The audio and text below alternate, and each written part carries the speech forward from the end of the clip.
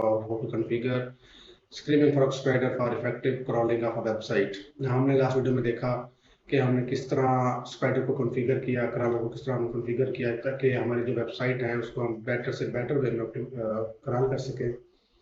तो हमारी जो क्रॉलिंग हुई थी वो कंप्लीट हो चुकी है, लेकिन इस बार हुआ ये कि वो जो वेबसाइट है उसको मुझे हाइड करना पड़ा, उसके ऊपर काम करना को मुझे रोकना पड़ा है उस वेबसाइट के ऊपर काम करने को। तो उसके बदले में मैंने एक और वेबसाइट क्रॉल की है, सेम कॉन्फ़िगरेशन सब कुछ सेम है। तो हम जो अब बात करेंगे जो हम रिपोर्ट्स में बनाएंगे वो हम एक और वेबसाइट के लिए बनाएंगे, क्योंकि जो लास्ट वाली वेबसाइट उसके कुछ प्राइवेसी इश्यूज आ गए थे। तो उस वजह से फिर हम ये दूसरी वेबसाइट इसको हम लेकर चलते हैं। Let's start. चलें जी, हम आ गए हैं अपने स्क्रीन के ऊपर। तो सबसे पहले हमने जो लास्ट वाला क्रॉल किया था उसको ओपन कर लेते हैं। अच्छा जी, तो जैसे कि मैंने अभी आपको बताया कि जो लास्ट वाली वेबसाइट थी जो हमने क्रॉल किया था वो हमें हाइड करनी पड़ी है किसी रीजन की वजह से, प्राइवेसी इश्यूज़ की वजह से। तो हमने फिर एक और वेबसाइट का क्रॉल किया है। ये थोड़ी छोटी वेबसाइट है। जो लास्ट वाली थी उसके आपने लास्ट वीडियो में देखा होगा 88,000 प्लस उसके यूआरएल्स थे जो क्रॉल हुए थे। तो इसमें ज़रा कम है, बहुत कम है। ये हैं कोई 1518 यूआरएल्स टोटल जो क्रॉल हुए हैं। तो हम इसी के ऊपर बात कर लेते हैं। इस वीडियो में हम देखेंगे कि बेसिकली इश्यूज होते क्या हैं जिनको हमने कंसीडर करना होता है और उनकी क्या वर्थ होती है एसईओ ऑडिट्स के अंदर, उनको कंसीडर करना चाहिए या नहीं करना चाहिए, या फिर ऐसे कौन से इश्यूज होते हैं जो हमारे लिए बहुत ज़्यादा क्रिटिकल होते हैं और कुछ लो वैल्यू होते हैं। तो हम ये सब चीज़ों को डिस्कस करेंगे और साथ साथ में हम अपना डाटा एक्सपोर्ट करेंगे और इसको हम गूगल शीट्स पे कैसे एक प्रॉपर पैटर्न के अंदर शो करते हैं वो दिखाते हैं। तो सबसे पहले मैं आपको एक चीज़ बता दूं, मैंने शायद लास्ट वीडियो में भी इसके ऊपर बात की होगी।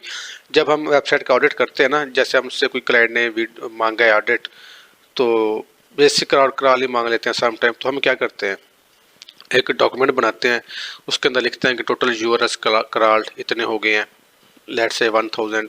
फिर हम उसके बाद उसके ऊपर टेस्ट का वो लिख रहे होते हैं लाइक कि इंटरनल 3xx आपने लिख दिया होता है फेल्ड। तो इसका मतलब ये है कि वहाँ पे इंटरनल रीडायरेक्ट्स पाए गए हैं, लेकिन आप वो बताते नहीं है कि वो कौन से लिंक्स हैं, वो कहाँ पे हैं, उनको कैसे लोकेट करना है। या फिर जो टूल्स होते हैं वो क्या करते हैं, वो बता देते हैं कि जनाब आपकी इस वेबसाइट के ऊपर 33 इंटरनल रीडायरेक्ट्स हैं, तो आपने वो नंबर लिख दिया होता है। फिर अब वहाँ पे आप यूआरएल्स नहीं बता रहे होते कि वो कौन से वाले लिंक्स हैं जो रीडायरेक्ट हो रहे हैं।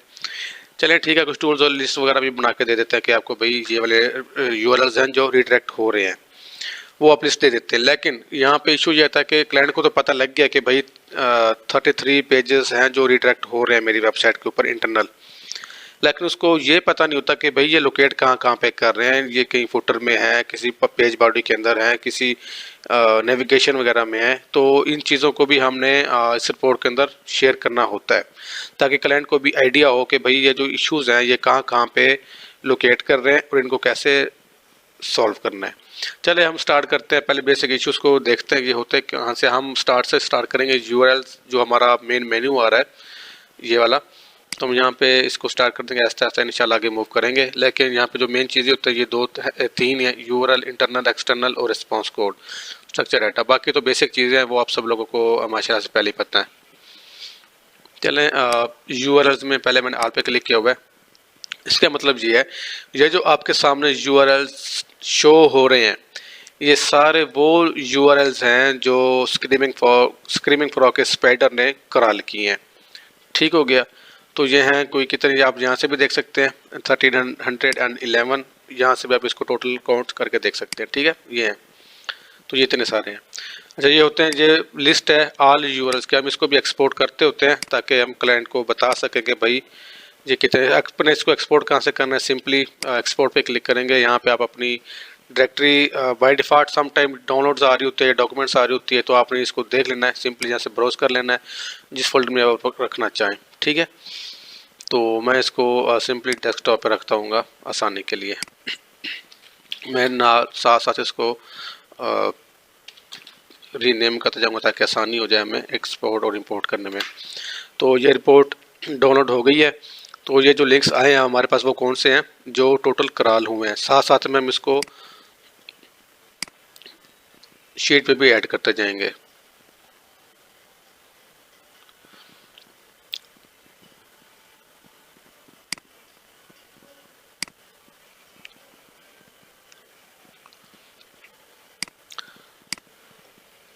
तो सिंपली मैं डॉक्यूमेंट सॉरी डेस्कटॉप पे आया हूँ, तो मैंने इसको फाइल को ओपन कर लिया है। सिंपली आपने कंट्रोल आल करना है, कंट्रोल सी करना, तो ये आपके पास सारे डॉक्यूमेंट जो है वो कॉपी हो गया है। सिंपली इसको आपने यहाँ पे आके पेस्ट कर देना है। मैं तो कंट्रोल शिफ्ट भी यूज़ करता हूँ, पेस्ट वैल्यूज ओनली।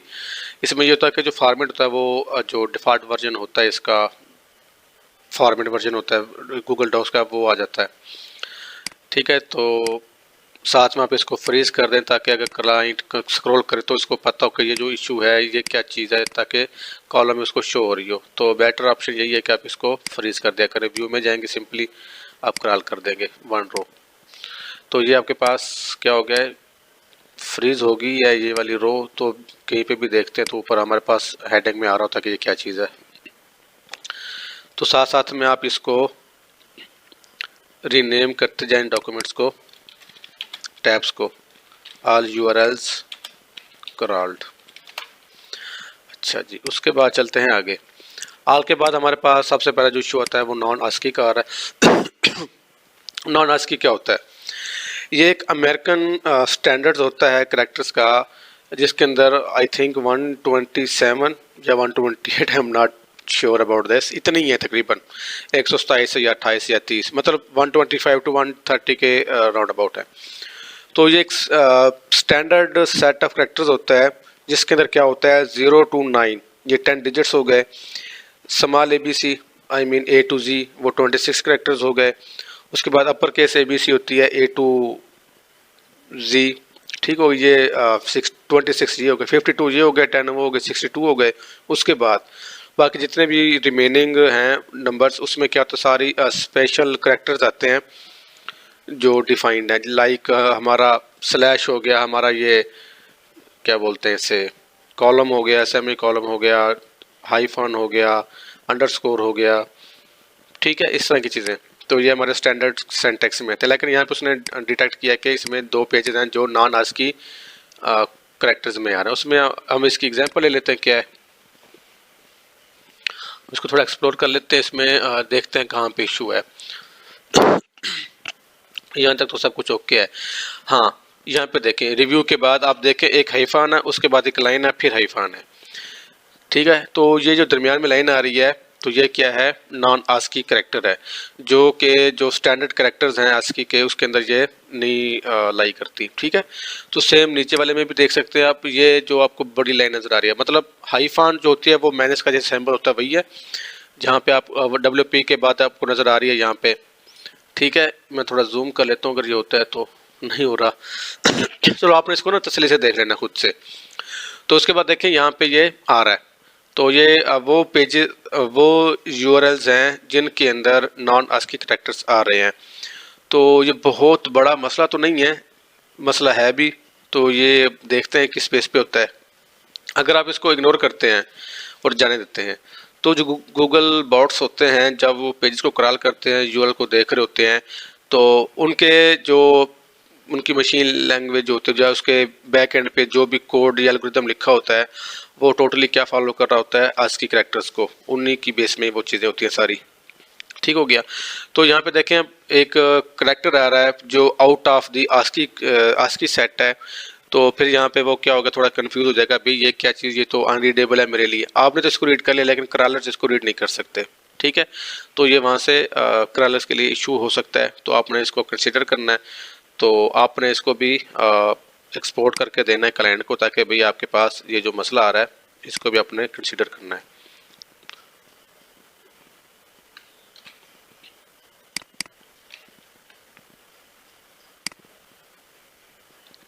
एक तो मेरे पास ये लाइसेंस्ड नहीं है माइक्रोसॉफ्ट। न्यू टैब में जाएंगे, आप इसको यहाँ पे पेस्ट कर देंगे। ये पेस्ट लेने में काफ़ी टाइम ले रहा है, पता नहीं, लास्ट वाला भी इसी थोड़ा स्लो हुआ था। बोल्ड कर दिया मैंने इसको और फ्रीज भी कर देता हूँ। तो ये देखें, ये 2 पेजेस हैं जिनके अंदर ये चीज़ें आ रही है, मैं आपको इसके अंदर दिखाता हूँ।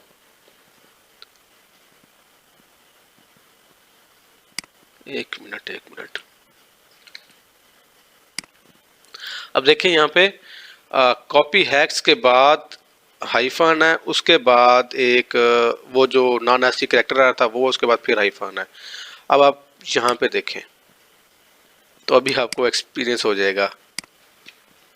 ये हाइफन आ गया, ठीक है, उसके बाद ये आ रहा है, ये E2। ये चीज़ आपने एक चीज़ पढ़ी होगी, शायद आपको आइडिया हो, उसको बोलते हैं percent method, I think percent method.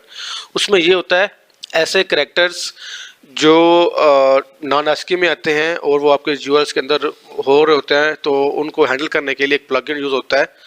Plugin का मुझे नाम याद नहीं है आपने गूगल कर लेना है, ठीक हो गया। उसका नेम आपको सिंपली यूज कर लेना है कि परसेंट मेथड प्लगइन कोई मिल जाएगा। वो बेसिकली करता क्या है, जहाँ जहाँ पे भी आपके यूआरएल के अंदर नॉन ASCII कैरेक्टर्स आ रहे होते हैं ना, वो उनको परसेंट लगा के उसके बाद हेक्साडेसिमल कोड डाल देता है। जैसे आपको पता होगा जो मशीन लैंग्वेज होती है वो हमेशा 0101 फॉर्म में होती है, ठीक है। इसी तरह जो 65 होता है, ये कोड होता है आई थिंक कैपिटल ए का, ठीक है। इस तरह ये एक नंबर्स इनको अलाइन किए जाते हैं जो आपके कीबोर्ड के बैकएंड पे भी चल रहे होते हैं, आपने इसका स्टडी किया होगा। तो यहाँ पे क्या होता है, जो ये सैम्पल्स आ रहे थे ना, ये वाले, मैं इसको एक बार कॉपी करके तसल्ली से देख लेता हूँ, क्या पता यहाँ पे आ जाए। ये वाला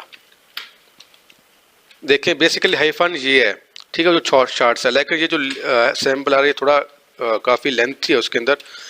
अब इसका जो होगा, इसको अगर कन्वर्ट किया होगा उस परसेंट मेथड प्लगइन के थ्रू, तो वो क्या करता है, पहले जो ऐसे कोई भी कैरेक्टर्स होते हैं उनकी जो बैकएंड पे वैल्यूज होती है ना, चाहे वो बाइनरी में हो या हेक्साडेसिमल में, हर एक की वो वैल्यू होती है, आपको पता है इसका। तो इसको कन्वर्ट करने के लिए, यूआरएल्स को कन्वर्ट करने के लिए वो क्या करता है, पहले तो लगाता है परसेंटेज का साइन, उसके बाद जो उसकी रिमेनिंग वैल्यूज होती हैं उसको हेक्साडेसिमल कोड में कन्वर्ट कर देता है। जैसे हमारे पास ये आ रहा है, इसमें आ रहा है E2, ठीक है। तो इस तरह कैपिटल E और 2, तो इसको हेक्साडेसिमल वैल्यू के अंदर कन्वर्ट कर दिया। तो ये पता नहीं क्या आ गया है, मुझे खुद को समझ नहीं आ रहा, ठीक है। तो ये फार्मूला लग गया आई थिंक। तो उस तरह से जो चीज़ें होती हैं, जो नॉन ASCII कैरेक्टर्स होते हैं, उनको आपको कुछ ज़्यादा परेशान होने की ज़रूरत नहीं है। सिंपली आपने क्या करना है, उसको प्लगइन यूज़ कर लेना है, परसेंट मेथड प्लगइन आपने ऐसा कुछ कर लेना है, तो वो उसको कन्वर्ट कर देता है एक परसेंटेज लगा के हेक्साडेसिमल के अंदर। तो यहाँ पे जहाँ पे परसेंटेज आता है वहाँ पे जो होता है क्रॉलर्स वो समझता है कि यहाँ पे स्पेस आ गई, तो ये अब आपका जो इश्यूज होता है ये चला जाएगा। वो जो इशू होता है हमारे स्क्रीमिंग फ्रॉग के ऊपर, स्पेसेस वाला, कंटेंट स्पेस यहाँ पे चला जाएगा, ठीक है। तो आपने इनमें से कोई एक को प्रायोरिटी दे लेनी है जो आपको सही लगे। तो बेसिकली जो स्पेस होती है वो क्रॉलर्स कंसीडर कर लेते हैं, उसमें कोई इशू नहीं है। लेकिन जो ये नॉन ASCII वाले होते हैं वो उनके लिए अनरीडेबल होते हैं, तो बेटर यही है कि आप उनको कन्वर्ट कर लें परसेंटेज मेथड के थ्रू, ठीक हो गया। तो ये मैंने यहाँ पे डाल दिया है, इसका नाम मैं डाल देता हूँ नॉन ASCII। स्पेलिंग क्या है ASCII की, आई थिंक यही है, ASCII।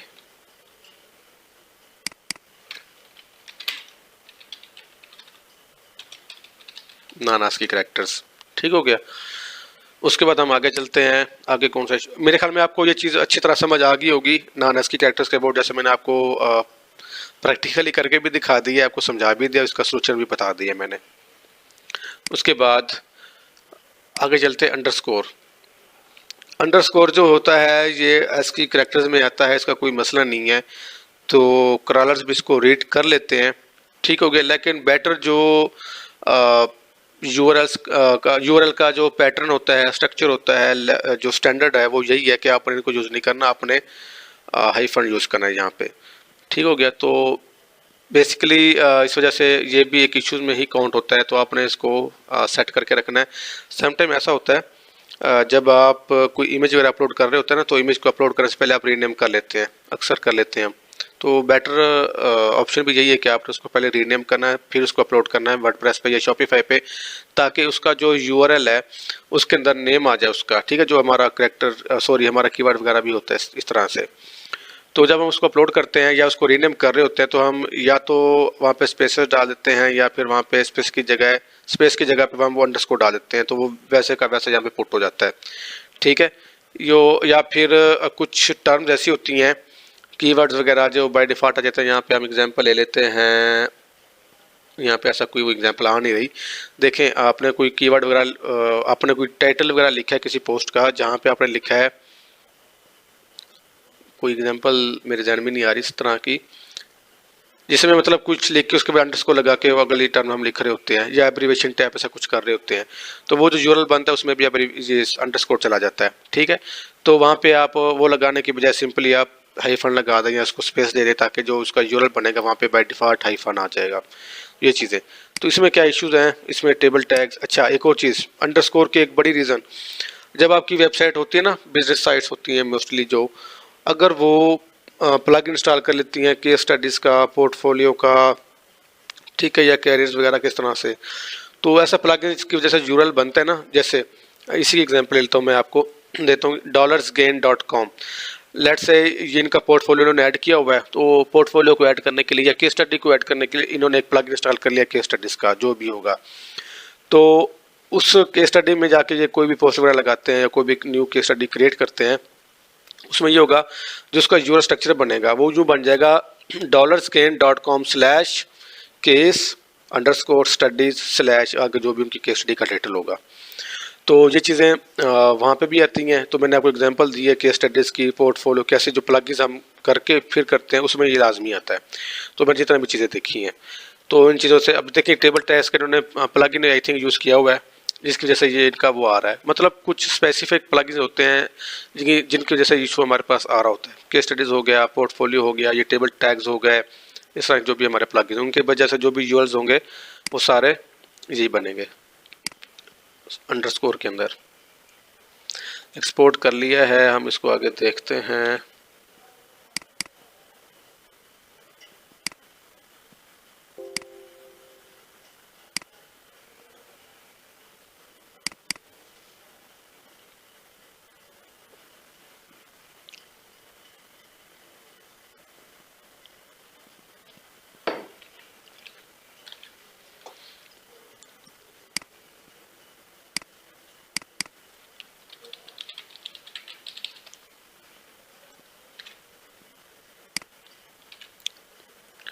तो इसको फेस करने की ज़रूरत नहीं है, जहाँ पे वो आपको फर्स्ट स्क्रॉल में डाटा मिल रहा है तो वहाँ पे बेशक छोड़ दें, मैं वैसे बता रहा था। लेकिन जहाँ पे आपको स्क्रॉल करना पड़ता है ना, तो वहाँ पे ऐसी लाइंस को, रोज को आप ना फ्रीज कर लिया करो, इसमें आसानी हो जाती है रीड करने में। उसके बाद नेक्स्ट इश्यू पे चलते हैं, वो क्या है, अपर केस जी। तो ये अमूमन सबके साथ आ रहा होता है ये वाला मसला। तो यहाँ पे जिनके ये जितने भी अपर केस में इश्यूज आ रहे हैं वो सारे आई थिंक 404 में आ रहे हैं। खैर, लाइव पेजेस भी होते हैं। तो ये कब आते हैं, जब आप अपने वो जो मैंने मीडिया की एग्जांपल दी थी, या कोई आप फोटो वगैरह अपलोड कर रहे हैं, कोई पिक्चर अपलोड कर रहे हैं, क्या हो गया, स्क्रीन ऑफ हो गई है मेरी।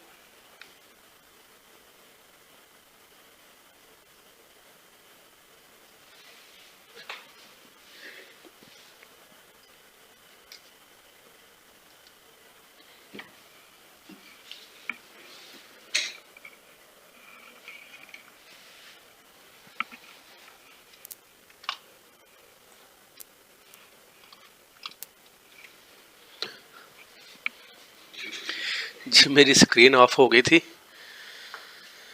खैर ऑन हो गई है। अच्छा, आगे चलते हैं।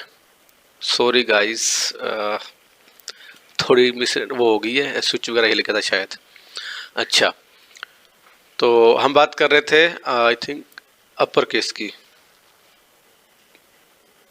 फिर हिल गई है यार, क्या हो गया इसको।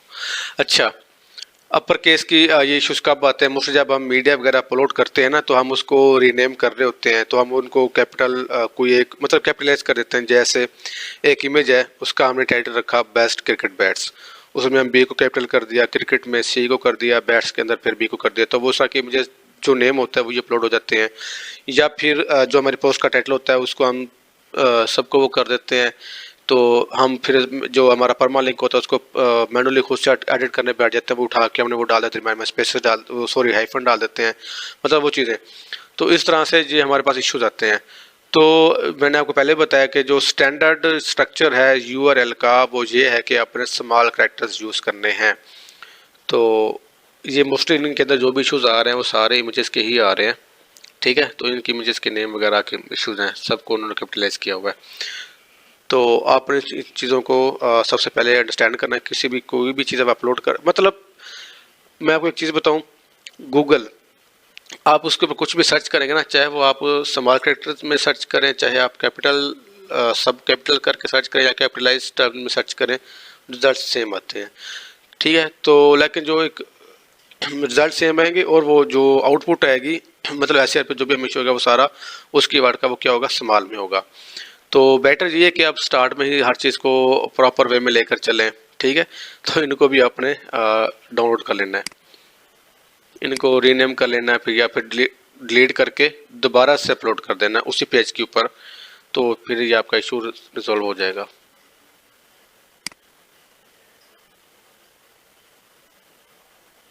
कौन सा इशू था, अपर केस,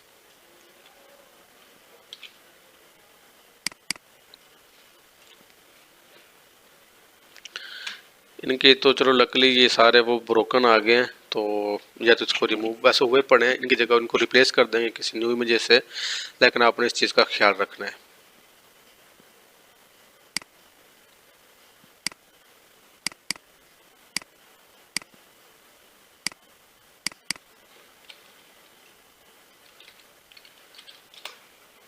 जी तो मैं वो चीज़ बता रहा हूँ आपको जो हर बंदा इग्नोर कर देता है, ठीक है। और इस तरह के इश्यूज होते हैं, सैमरश वगैरह एचआरएफ वगैरह वो टूल्स बताते भी नहीं है। मैं आपको ये क्लियर कर दूँ तो वो तो बेसिक जो मेन बेसिक तो नहीं होता, खैर वो मेन इश्यूज जो होते हैं वो ब्रोकन रीडर इस तरह की वो चीज़ें बताते हैं। तो ये बहुत सारी इंपॉर्टेंट चीज़ें हैं जो जिनको हम इग्नोर कर देते हैं अपने हर ऑडिट के अंदर, तो इन सबको हमने एड्रेस करना होता है। इसको आपने बिल्कुल हल्का नहीं लेना, ठीक है, क्योंकि आपका सब कुछ यूआरएल ही होता है। अगर यूआरएल में ही आपके इश्यूज होंगे तो आप कैसे आगे चलेंगे। मल्टीपल स्लैशेस, इसमें तो कोई इशू है नहीं। तो आपको बता दूं सम टाइम एक चीज़ यहाँ पे बिल्कुल ये होता है ना कि क्लियरली समझ लें, क्लियरली एक चीज़ ध्यान में बिठा लें कि a page without trailing slash and a page with trailing slash are two different pages, ठीक है। तो आपका एक पेज है $gain.com/bestcricketbats, यहाँ उसमें स्लैश एंड पे नहीं है, ये एक पेज हो गया। अगर उसके बाद आप उसके एंड पे स्लैश लगा देते हैं तो ठीक है। अगर वो पेज भी विजिट हो रहा है, मतलब दोनों पेज आपके विजिट अलग अलग से हो रहे हैं, मतलब आपने एक पेज को विजिट किया विदाउट ट्रेलिंग स्लैश वाले को, वो पेज आपका लोड हो गया है। नेक्स्ट टैब पे आपने वही लिंक कॉपी करके उसके एंड पे स्लैश लगा जिसको ओपन किया है, तो वो पेज भी ओपन हो गया है। आपने दोनों का यूआरएल चेक करना है, अगर एक में रिडायरेक्ट नहीं आ रहा होगा, एक में आ रहा होगा, तो इसका मतलब ये है कि आपका बहुत बड़ा मसला है यहाँ पे, ये 2 डिफरेंट पेजेस हैं, ठीक हो गया। इसी तरह अगर आपको किसी पेज के एंड पे डबल स्लैश आ रहा है, मल्टीपल स्लैश मतलब वही डबल स्लैश ट्रिपल स्लैश, और वो लोड हो रहा है, तो भाई ये आपका बहुत बड़ा मसला है। इसकी मैं आपको एग्जांपल देता हूँ। आपने एक फोल्डर क्रिएट किया लोकल डेस्क डी के अंदर, ठीक है, उसका नेम रख दिया आपने $gain। उसके अंदर आपने एक और फोल्डर क्रिएट कर लिया, उसका आपने नाम रख दिया बेस्ट क्रिकेट बैट्स। उसके अंदर आपने एक और फोल्डर क्रिएट कर दिया, ठीक है, खाली छोड़ दिया, ठीक है। उसके बाद एक आपने अलग से अलग फोल्डर बना रखा, उसमें भी वही सेम फॉर्मेट आपने यूज़ किया है, $gain का फोल्डर बनाया, उसके बाद क्रिकेट बैट्स का बना, उसके अंदर एक और फोल्डर बनाया, ठीक, उसके अंदर आपने कुछ ना कुछ रख दिया। तो फोल्डर्स में भी 3 है, फोल्डर्स में भी 3 है। डिफरेंस क्या गया, एक फोल्डर में जो एंड वाला फोल्डर है वो खाली पड़ा है, जो आपका एंड पे आ रहा है, दूसरे फोल्डर में कुछ ना कुछ पड़ा है, ठीक है। अब देखें, अब आप उनको क्लिक करके जाते हैं, वो देखते हैं बियॉन्ड वाला फोल्डर वो आपको खाली मिलता है, ठीक है। तो वो आपको खुद बताएं, गुस्सा नहीं आएगा क्या। तो इसी तरह जब आप क्रॉलर्स होते हैं वो हमारे इस तरह फोल्डर में फोल्डर मूव करके जाते हैं, एंड पे उनको एक ऐसा फोल्डर मिले जो खाली है, तो वो तो भाई साफ ज़ाहिर है तो गुस्सा करेगा, ठीक है। तो ये चीज़ें आपने इसको एसईओ के अंदर चीज़ों को सोचना है विद रियल टाइम एग्जांपल्स। तो डबल स्लैश होता है, इसका मतलब ये होता है कि एक फोल्डर है, उसके बाद एक और फोल्डर है, लेकिन दरमियान फोल्डर के आगे खाली आ गया है, ठीक है। तो ये स्लैश होता है जहाँ पे लगा होता है, इसका मतलब ये है कि वहाँ पे एक फोल्डर एंड हो गया है, तो उससे आगे एक और फोल्डर नेम आएगा, उसके बाद स्लैश आएगा, ठीक है, वहाँ पे फोल्डर एंड होगा। लेकिन वो दरमियान में जो फोल्डर आ रहा था स्लैश के बाद वाला, वो आपने नहीं लिखा, आपने यूँ स्लैश फोल्डर लगा दिया है, वो दरमियान में फोल्डर एम्प्टी हो गया है। ठीक है। तो इस तरह के जो पेजेस होते हैं वो आपके लिए बहुत ही क्रिटिकल होते हैं। तो ये क्रिटिकल इशू है, नॉट मीडियम या फिर ऐसा जो होता है कि लो लेवल का, लो मीडियम क्या बोलते हैं, लो प्रायोरिटी वगैरह, वो ऐसा कुछ भी नहीं, ये बहुत ही क्रिटिकल इशू है। ठीक है, क्योंकि आप अपने एग्जांपल ले लें यार, आप फर्स्ट फ्लोर से जाते हैं सेकंड फ्लोर पे, सेकंड से जाते हैं आप थर्ड फ्लोर पे, थर्ड से जाते हैं फोर्थ पे, तो वहाँ पे आके दरवाज़ा बंद होता है, कुछ भी नहीं होता वहाँ पे। ठीक है, आपके चक्कर लग गया ना मुफ्त का, तो आपका टाइम भी वेस्ट हुआ, आपका एनर्जी भी वेस्ट हुई, वहाँ तक आप गए हैं, कुछ भी नहीं मिला, फिर वापस आ गए, तो आप यकीनन फुल गुस्से में वापस आएंगे। तो सेम चीज़ यही होती है क्रॉलर के साथ, वो भी एक जगह से एक फोल्डर से दूसरे फोल्डर तक जा रहा है, एंड पे आके उसको कुछ नहीं मिलता, वो गुस्से में वापस आ जाता है। तो आप अपनी एग्जाम्पल ले लें, आप वहाँ या तो उसको बैड रिव्यू दे देंगे या फिर वहाँ पे आप दोबारा जाएंगे नहीं। सेम फॉर क्रॉलर्स, वो भी अगर उसको ऐसा एंड पे फोल्डर खाली मिलता है, वो भी वही नहीं जाएगा। नेक्स्ट टाइम उसको या तो क्रॉल ही नहीं करेगा, क्रॉल करेगा उसको पता होगा, उसकी कैशे मेमोरी में ये सेव होगा, भाई ये तो फोल्डर खाली है, इसको स्किप मारो, इग्नोर मारो। ठीक है, तो ये चीज़ें होती हैं। तो आपने इसको वही बता रहा हूँ प्रैक्टिकली और रियल टाइम जो एग्जांपल्स है उस हिसाब से आपने इन सब चीज़ों को देखना, फिर आपको बहुत अच्छे से समझ आएगी। मैंने आपको 2-3 एग्जांपल दे दिए हैं इसकी, स्लैशेस वाले की, डबल स्लैश की, ये सारी चीज़ें, तो आप समझ लें अब आगे खुद ही। इसमें तो इशू नहीं है, अगर आपके पास आ रहा है तो आपने उसको कंसीडर करना है। उसको ये आपसे नहीं होगा, ये आपने डेवलपर को बताना, भाई ये मसला आ रहा है, तो वो डेवलपर आपको ये फिक्स करके देगा। उसके बाद रिपीटेटिव पाथ। रिपीटेटिव पाथ पता क्या होता है बेसिकली? देखें, आपने एक फोल्डर क्रिएट किया लोकल डिस्क टी के अंदर, क्या नाम इसका, $gain.com का। उसके बाद आपने एक और फोल्डर क्रिएट कर लिया बेस्ट क्रिकेट बैट्स, उसके बाद आपने एक और फोल्डर क्रिएट कर लिया best cricket bats same name से, उसके अंदर जाके आपने कुछ और डाल दिया, मतलब कि वो प्रोडक्ट्स वगैरह डाल दिए, कुछ भी कुछ चीज़ रख दी है। अब क्रॉलर आया, उसने देखा भी $gain का फोल्डर है, उसके बाद बेस्ट क्रिकेट बैट्स का फोल्डर, उसने उसको ओपन किया, उसके आगे गया, फिर वो सेम फोल्डर पड़ा है। ठीक हो गया। मतलब जब आपका फोल्डर नेम सेम आ रहा होता है, या फिर कोई ऐसा स्ट्रिंग या ऐसा कोई सेट ऑफ स्ट्रिंग जो मल्टीपल, मतलब एक यूआरएल के अंदर मल्टीपल टाइम्स आ रहा हो, उसको बोलते हैं रिपीटेटिव पाथ। ठीक है, इसका मतलब सिंपल सा यही हल है, सॉरी हल कह रहा हूँ, इसका मतलब सिंपल सी एग्जांपल मैंने आपको दे दी है। फोल्डर नेम सेम आ जाता है जहाँ पे, तो वहाँ पे मसला हो सकता है। लाइक आप जाते हैं किसी पब्लिक ट्रांसपोर्ट पे, वहाँ पे 2 बसें खड़ी हैं, ठीक है, दोनों लाहौर से बहावलपुर जा रही हैं। अब आपको तो नहीं पता आपने कहाँ पे जाना है, ठीक है, तो यहाँ पे आप कंफ्यूज हो जाते हैं। तो सेम चीज़ यही होती है इसकी। तो $gain फोल्डर था, उसके अंदर एक फोल्डर था बेस्ट क्रिकेट बैट का, उसके अंदर एक और फोल्डर, वो भी बेस्ट क्रिकेट नेम से है। तो क्रॉलर ने समझा यार ये तो मैं अभी विजिट करके हूँ, ये फिर सामने से आ गया है, तो वो थोड़ा सा स्ट्रेसफुल हो जाएगा। ठीक है, तो आपने इस तरह के फोल्डर नेम्स या यूआरएल्स के अंदर मल्टीपल जो इस तरह की चीज़ें होती हैं उनसे अवॉइड करना है। तो यहाँ पे इनके साथ क्या हुआ है, इस वेबसाइट के ऊपर इनके साथ कुछ इन्होंने खुद नहीं किया, ये बाय डिफ़ॉल्ट आ रहा है। ठीक हो गया। इसमें हुआ ये है कि इन्होंने कुछ ऐसी सेटिंग कर रखी है कि कोई एक डेट है, लेट से 1 मई 2024 को जितने भी ब्लॉग्स पब्लिश हुए वो उस पेज पे शो हो जाएंगे। अब इन्होंने क्या किया हुआ है 6 जून 2023, इस डेट को जितने भी ब्लॉग्स क्या कहते हैं उसको, जितने भी ब्लॉग्स पब्लिश हुए हैं वो इस पेज के ऊपर शो हो रहे होंगे, सेम इसके ऊपर। तो क्रॉलर ने क्या समझा, क्रॉलर कहता है कि भाई मैं आया हूँ $gain.com पे, ये फोल्डर ओपन किया, मुझे एक और फोल्डर मिल गया 2023, वो कह रहे इसको मैंने ओपन किया, उसके बाद मुझे 06 मिल गया। अब गूगल को, सॉरी क्रॉलर को तो नहीं पता ये जो 6 है ये जून है या जो आम डिजिट 6 है या डेट है, उसको तो इस चीज़ का आइडिया नहीं है क्योंकि आपने यहाँ पे लिखा नहीं हुआ। ठीक है, तो यहाँ पे ये दोनों टर्म सेम आ गए हैं, फोल्डर नेम सेम आ, क्योंकि स्लैश जहाँ पे होते हैं वहाँ पे मैंने आपको अभी बताया थोड़ी देर पहले फोल्डर एंड हो रहा होता है। तो यहाँ पे 06 पे फोल्डर एंड हो गया, उसके बाद उसने अगला फोल्डर खोला, वहाँ पे उसको फिर 06 मिल गया, तो पास क्या हो गया, रिपीट हो गया। तो इसको बोलते हैं, ऐसे यूजर्स को बोलते हैं रिपीटेटिव पाथ। तो इसको आपने कंसिडर करना है। तो इस तरह के फोल्डर्स को कोई मतलब ये मैं कहूँगा कि ये क्रिटिकल नहीं है, तो ये बेसिकली लो प्रायोरिटी में आ जाते हैं। ये बहुत ही कम एग्जांपल्स होती हैं, या फिर इसकी जो एग्जांपल्स मिलेंगे आपको ई कॉमर्स के अंदर, जब आप कोई मतलब अगर आपके ऐसे पेजेस क्रॉल हो रहे होते हैं जो कि सर्च वाले पेजेस, सर्च रिजल्ट्स वाले जो होते हैं वो पेजेस क्रॉल हो जिसके अंदर वो स्ट्रिंग आ रही होती है same question mark equal to query, इसके बाद फिर स्लैश लगा के फिर ऐसा कोई क्वेश्चन मार्क आ रहा होता है इस तरह की क्यूरी, तो इस तरह के पेजेस हो सकते हैं। मोस्टली ये चीज़ें बहुत कम पाई जाती हैं, नज़र नहीं आती इस तरह की चीज़ें। तो मेरे जो रियल टाइम एग्जांपल्स मेरे अपने प्रैक्टिकली देखे हैं वो बहुत कम है। ठीक है, तो इस ये ज़्यादा मसला नहीं है, मैंने आपको पहले बता दिया कि ये लो प्रायोरिटी इशू है। उसके बाद इसको मैं एक्सपोर्ट नहीं कर रहा, ठीक है, तो मेरे लिए इतना इम्पोर्टेंट नहीं है ये। उसके बाद कंटेंट स्पेसेस, ये वो पेजेस होते हैं जिन पेजेस के अंदर परसेंटेज का साइन आ रहा होता है। मैं आपको इसकी एग्जांपल देता हूँ। आपने एक पेज क्रिएट किया 5 बेस्ट क्रिकेट बैट्स, ठीक है, तो मैं आपको आज एग्जांपल दे रहा हूँ वर्डप्रेस के ऊपर। शॉपिफाई भी सेम इनका वो होता है बाय डिफॉल्ट वर्जन जो आ रहे होते हैं। तो आपने कहीं से पढ़ा था कि भाई आपने जो परमा लिंक है वो उसमें आपने अपना कीवर्ड डालना है, सुना होगा आपने। जैसे वो हमें बताते हैं कि आपका एग्जैक्ट कीवर्ड आपका टाइटल में भी होना चाहिए, यूआरएल के अंदर भी होना चाहिए, एएलटी में भी होना चाहिए। तो आपने जैसे सुना, आपने उसको इम्प्लीमेंट करने बैठ गए। तो आपने क्या किया, 5 बेस्ट क्रिकेट बैट्स 2024 है टाइटल या कीवर्ड, इसको आपने कॉपी किया, इसको आपने यूआरएल में डाल दिया, ठीक है। वहाँ पे आपने इसको वो स्पेसेस की जगह पे वो हाइफन वगैरह नहीं लगाया, कुछ भी लगाया, मैं छोड़ दिया, पोस्ट पब्लिश कर दिया, ठीक है। पब्लिश कर दिया, वो जो लिंक बनेगा उसके अंदर हाइफन की जगह पे जो स्पेस आ रही थी वहाँ पे परसेंट का साइन आ जाएगा।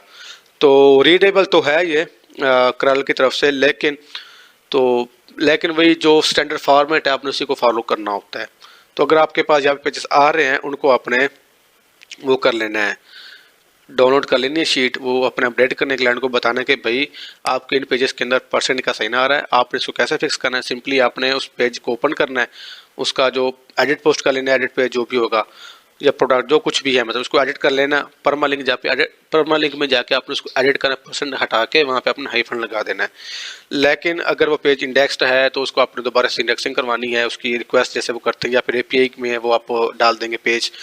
या फिर इसके अलावा और ये होता है, अगर उसके कोई इंटरनल लिंक्स लगा रखे हैं वो जिसमें वो स्पेसेस वगैरह आ रही हैं, तो आपने उनको जाके तो लाजमी फिक्स करना है। ठीक हो गया। अच्छा, आगे चलते हैं। आगे है इंटरनल सर्च। अभी मैंने थोड़ी पहले आपको एग्जांपल दी थी जिसके अंदर क्वेश्चन मार्क आ रहा होता है। आप कुछ भी सर्च करते हैं ना तो उसके अंदर क्वेश्चन मार्क आ जाता है क्यूरी के लिए। सम टाइम अक्सर वेबसाइट में क्यू आ रहा होता है। मैं आपको एग्जांपल देता हूँ। एमी मैं गूगल पे सर्च करता हूँ जनाब बेस्ट क्रिकेट प्लेयर, इसका जो यूआरएल होगा ना वहाँ पे आपने गौर करना क्या चीज़ें आपको मिलती हैं। ये तो हो गया जनाब ऑफिशियल वेबसाइट google.com, ठीक है, सर्च इंजन। उसके बाद सर्च क्या करना है, क्वेश्चन मार्क आ रहा है ना, ये जो क्वेश्चन मार्क होता है ना ये बेसिकली सर्च स्ट्रिंग काउंट होती है, ठीक है। तो ऐसे पेजेस जिनके अंदर ये टर्म आ रही होगी ना वो सर्च में चले जाएंगे इंटरनल सर्च के अंदर। उसके बाद ये चीज़ें, ये जो कीवर्ड जो बंदे ने सर्च किया होता है, जैसे मैंने सर्च किया था बेस्ट क्रिकेट प्लेयर, तो दरमियान में ये क्या बोलते हैं इसको, प्लस का साइन आ रहा है। जो प्लस का साइन होता है आपको पता होगा ये और गेट के लिए यूज़ होता है। तो गूगल ने में जो रिजल्ट्स दिखाए हैं वो उसमें क्या होगा, गूगल के डेटाबेस में जाना, सर्च करना है। सर्च की स्ट्रिंग मैंने क्या, ये बाय डिफॉल्ट है, ये लग गई है Q stand for query. Query क्या, इक्वल टू या तो बेस्ट आ रहा हो या क्रिकेट आ रहा हो या प्लेयर, तीनों में से कोई भी मिनिमम एक टर्म जिन रिजल्ट्स के अंदर आ रही होगी ना वो रिजल्ट शो हो रहे हैं, ठीक है। तो वो 745 मिलियन है। खैर, ये जो मैं बात करता इंटरनल सर्च की, तो जो भी आप सर्च करते हैं अपनी वेबसाइट के ऊपर, जो जैसे सर्च का बटन होता है वहाँ पे कुछ भी लेके सर्च करेंगे ना तो उसके ऊपर जो आप यूआरएल देख रहे होंगे उसके अंदर हर हाल में क्वेश्चन मार्क आ रहा होगा, ठीक है। ये इंटरनल सर्च ऐसा मतलब कोई ना कोई एक ऐसी स्ट्रिंग होगी बेसिकली जो यूज़ होती है वो क्वेश्चन मार्क होती है। अगर आपने उसको पर्सनली कस्टमाइज कर रखा है वो एक अलग बात है, तो आपको इस चीज़ का आइडिया होना चाहिए। अगर वो आ रहा है तो आपने उसको लाजमी वो डालना है, क्योंकि इंटरनल सर्च के पेजेस को हमने कराल नहीं होने देना, इनको हमने रोबोट्स में डालना होता है। तो अगर वो कराल हो रहे हैं तो यहाँ पे आ रहे हैं, अगर कराल हो रहे हैं तो कभी इंडेक्स भी हो सकते हैं, ठीक है। तो इन पेजेस से आपने बचना है। अगर वो आ रहे हैं तो आपने क्लाइंट को लाजमी बताना है वो डाटा एक्सपोर्ट करके। पैरामीटर्स क्या होते हैं, ये ना एक आपके जो यूजर्स होते हैं उनके अंदर एक ऐसी कांस्टेंट स्ट्रिंग आ रही होती है जो आपके मल्टीपल पेजेस के ऊपर आ रही होती है, एक के अंदर नहीं मल्टीपल पेजेस के अंदर। इसमें आपको एग्जांपल देता हूँ। ये S stand for string. String क्या है, how to start a blog, ये एक स्ट्रिंग है। जरूरी नहीं कि ये सारी स्ट्रिंग हो, इसमें ये हाउ टू भी हो सकती है, हाउ टू स्टार्ट भी हो सकता है। ऐसा कोई भी एक पैटर्न या एक ऐसा सेट स्ट्रिंग्स का जो आपका मल्टीपल पेजेस के अंदर आ रहा हो, यूआरएल्स के अंदर आ रहा हो, ठीक है, वो होते हैं पैरामीटराइज्ड पेजेस। तो ये पैरामीटर्स होते हैं, तो इन पेजेस को आपने हर हाल में ब्लॉक करना होता है, अपने रोबोट्स में डालना होता है। तो इन्होंने क्या किया, वो नहीं डाला हुआ, तो ये पेजेस क्या हो रहा है, कराल हो रहे हैं। अगर ये पेजेस कराल हो रहा है तो कल को ये पेज इंडेक्स भी हो सकते हैं।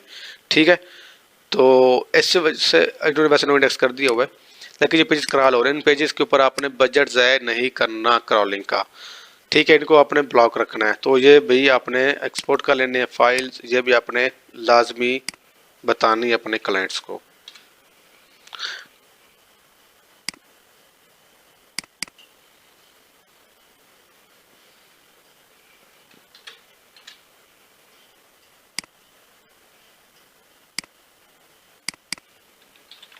पैरामीटर्स,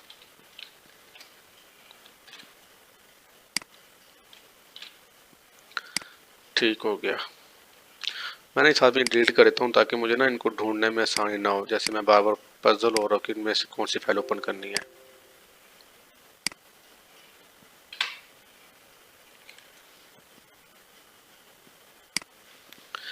अच्छा जनाब, ये हो गया पैरामीटर आपका कवर। उसके बाद हम चलते हैं ब्रोकन बुकमार्क के ऊपर।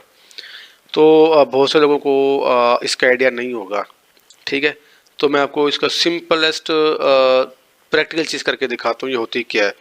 आप लोगों ने अपने ब्लॉग्स के अंदर लाजमी ऐड किया होगा एक प्लगइन, जिसको मतलब जो टेबल ऑफ कंटेंट्स के लिए यूज़ होता है ब्लॉग्स के अंदर। ठीक है, आपने यूज़ किया होगा। तो उसमें क्या होता है, हम वो जो किसी भी एक वो जो हायरार्की में वो आ रहा होता है पैटर्न H2 H3 जो भी आ रहे होते हैं, किसी के ऊपर आप क्लिक करते हैं ना, तो डायरेक्टली आप उस हेडिंग पे चले जाते हैं अपने उस पेज के ऊपर। ठीक है, उसमें क्या होता है, हैशटैग लगा होता है पेज के बाद। जैसे इनके इसके पास तो एग्जांपल नहीं आ रही, तो मैं ऐसे कोई भी रैंडमली, तो मुझे आई डिज़ाइन में ऐसी कोई भी वेबसाइट नहीं आ रही जो मैं सर्च करके दिखाऊं। चलो इसी में से कोई ओपन कर लेते हैं, बेस्ट क्रिकेट नहीं, क्रिकेट बैट कर देते हैं ताकि एफिलिएट को हमें कोई ब्लॉग मिल जाए, वहाँ पे ये चीज़ें होंगी।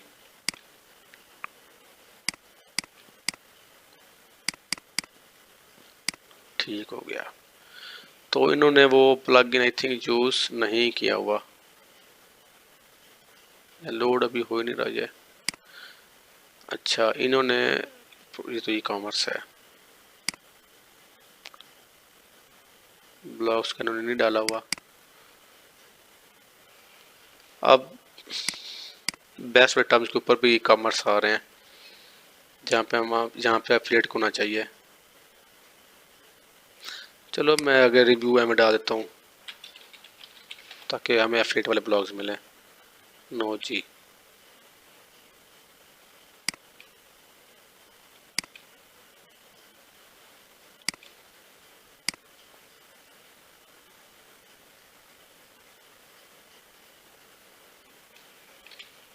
टेबल ऑफ कंटेंट्स का आप लोगों ने देखा ही होगा यार। मुझे अब यहाँ पे एग्जांपल कोई मिल नहीं रही, कौन सी वेबसाइट ऐसी कोई हो तो नहीं है जनाब। तो वो मैं आपको बताता हूँ, थोड़ा सा इसका बता देता हूँ, वैसे ही वर्बली आपको समझ आ जाएगी। जो होता है ना ब्रोकन बुक मार्क का इशू, ये होता क्या है, जैसे आपके पेज के ऊपर एक यूज़र लैंड होता है, तो आप चाहते हैं कि भाई जैसे वो लिखा होता है ना कि find 5 best cricket bats here, या ऐसे करके जब बैट्स का नेम लिखा होता है उसके ऊपर यूज़र क्लिक करेगा ना, तो वो क्या होगा, यूज़र उस पेज के ऊपर जहाँ पे वो डिव होगी या वो हेडिंग होगी जो भी होगा, यूज़र डायरेक्ट उस पेज के ऊपर उस प्लेस के ऊपर चला जाएगा। ठीक है, ये होता है बुक मार्क। अगर आपका इसका जो यूआरएल होता है ना, उसमें ये होता है जो भी पेज का यूआरएल होगा उसके बाद हैश लगा के उसके बाद वो आगे डिव की आईडी, डिव की क्लास या जो भी होता है वो ऑटोमेटिकली क्रिएट हो जाता है। तो प्लगइन्स के थ्रू भी कर सकते हैं, आप मैनुअली भी कर सकते हैं।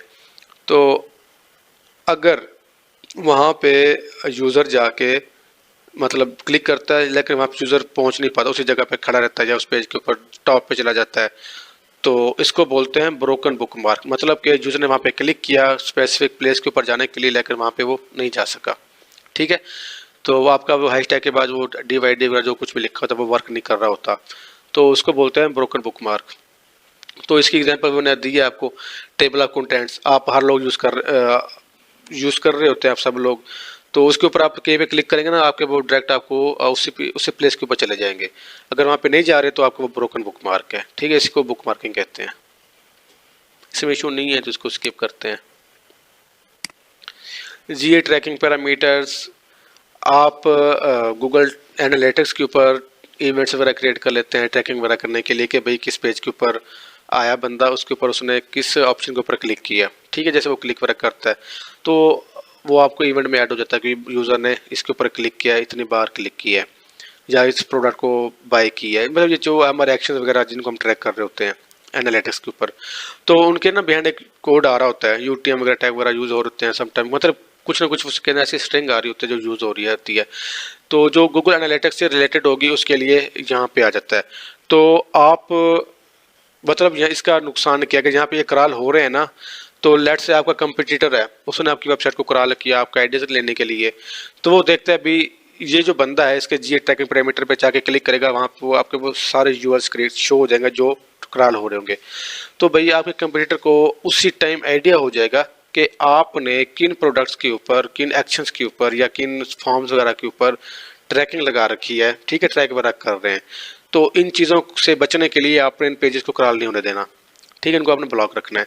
तो अगर यहाँ पे कराल शो हो रहे हैं तो ये एक बहुत ही सीरियस इशू है, नॉट एज पर एसईओ कराल एंड ऑडिट, बट कंप्यूटर्स आपका डाटा यहाँ से हैक कर रहे होते हैं। मतलब कि हैक करने का मुराद ये नहीं कि आपकी वेबसाइट में घुस जाते हैं, मतलब आपकी वेबसाइट पे आके आपका कंटेंट स्टील कर रहे होते हैं। लाइक वो उनको पता लग जाता है कि भाई आप जो हैं आप इस स्पेसिफिक प्रोडक्ट को ट्रैक कर रहे हैं, आप इस फॉर्म को ट्रैक कर रहे हैं, आप इस चीज़ को ट्रैक कर रहे हैं, ठीक है। तो वो यहाँ से आके आराम से आइडियाज़ ले लेते हैं। तो मतलब यहाँ से आपकी जो एसईओ कैंपेन है या आपकी परफॉर्मेंस मार्केटिंग की कैंपेन है वो स्टील हो रही होती है आपके कंपटीटर से। तो आपने ऐसे पेज को कभी भी कराल नहीं होने देना। अगर हो रहा है तो ये बहुत ही क्रिटिकल इशू है। मैंने आपको बताया not for Google crawlers but for us, for our marketing campaigns. तो हम अपना राज, अपनी जो सीक्रेट्स हैं वो हम अपने कंपटीटर्स को दे रहे होते हैं। एक और चीज़, लाजमी नहीं है कि आपने स्क्रीन में फ्रॉक के ऊपर अपनी वेबसाइट को कराल करना है या क्लाइंट को करना है। आप अपने कंपटीटर्स को वो क्या कर रहे हैं, उनके ऊपर क्या हो रहा है, वो यहाँ से आप आराम से बंदे निकाल सकते हैं, ठीक है। बंदे निकाल से वो यहाँ से आप देख सकते हैं वो क्या कर रहे हैं। तो कंपटीटर एनालिसिस के लिए ये इससे बेस्ट टूल कोई भी नहीं है। इसमें आपको एक सर्च कंसोल तो आप ऐड नहीं कर सकते कंपटीटर का, तो आप एचआरएफ जो होता है वो आप ऐड करके एपीआई वो जिसका टोकन होता है, तो आप यहाँ से आइडिया लगा सकते हैं कि भाई आपका जो कंपटीटर है उनके टोटल कितने पेजेस हैं जो इंडेक्स्ड हैं या कितने पेजेस हैं। क्योंकि जो साइट वाला ऑपरेटर हम यूज़ करते हैं ना उसके अंदर गूगल के अंदर, जैसे साइट कॉलम साइन $gain.com, वो ऑथेंटिक नहीं है। मैं आपको क्लियर कर दूं, लाजमी नहीं कि आपके वहाँ पे वही पेजेस आएंगे जो जो इंडेक्स्ड हैं। वहाँ पे सम टाइम्स आपके वो पेजेस भी आ सकते हैं जो इंडेक्स नहीं है। तो वो एक अथेंटिक या फिर एक वैलिड फॉर्मेट नहीं है ये टेस्ट करने के लिए कि आपका जो कितने पेजेस इंडेक्स्ड हैं, ठीक है, ये कंप्यूटर के कितने इंडेक्स्ड है। कंप्यूटर्स का डाटा निकालने के लिए आप सिंपल स्क्रीनिंग फ्रॉक पे हैं, जहाँ पे ये कॉन्फ़िगरेशन होती है ना, वहाँ पे ये एपीआई ये खड़ा आपके पास एचआरएफ। तो यहाँ पे क्लिक करेंगे तो वो आपसे टोकन मांगेगा। टोकन जनरेट करने के ऊपर उन्होंने इंस्ट्रक्शन भी दी होती हैं, वो आप लॉगिन करेंगे अपना एचआरएफ अकाउंट को, वहाँ से वो टोकन मिल जाएगा आपको। तो टोकन मिल जाएगा, फिर आप इस कंपटीटर के साइट को कराल करें तो वहाँ से आपको आइडिया हो जाएगा भाई ये वाला यूआरएल है कंपटीटर का, उस यूआरएल के अंदर इतने कीवर्ड्स इंडेक्स्ड हैं। इंडेक्स होने का मतलब ये नहीं है कि मतलब वो रैंक्ड हैं टॉप 100 पोजीशंस में, क्योंकि एचआरएफ मोस्टली टॉप 100 ही बताता है। टॉप 100 कीवर्ड्स कितने, सॉरी टॉप 100 में कितने कीवर्ड्स आ रहे हैं इस स्पेसिफिक यूआरएल के लिए। मैं आपको एग्जांपल देता हूँ यहाँ पे।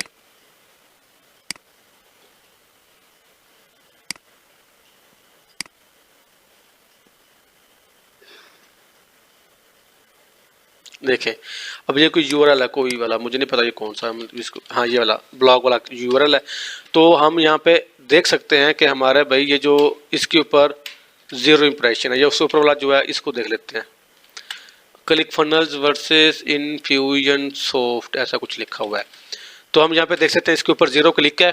ये तो हमारे अपने साइट है ना, तो हमारे पास जीएससी की एक्सेस थी तो हमने इसको इंटीग्रेट कर लिया यहाँ पे, तो ये तो हमारे लिए बेस्ट है।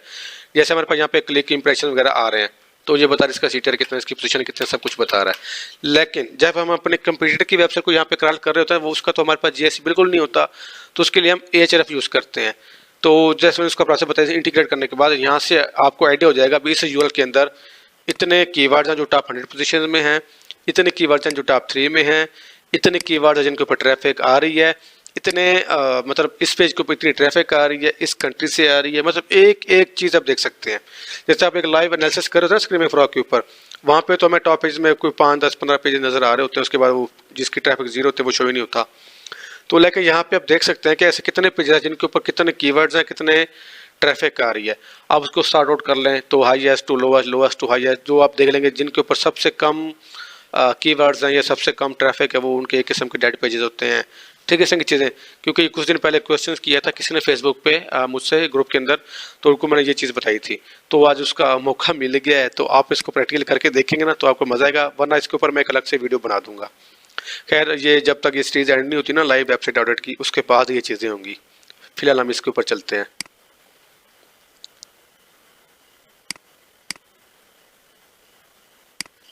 Over 115 characters.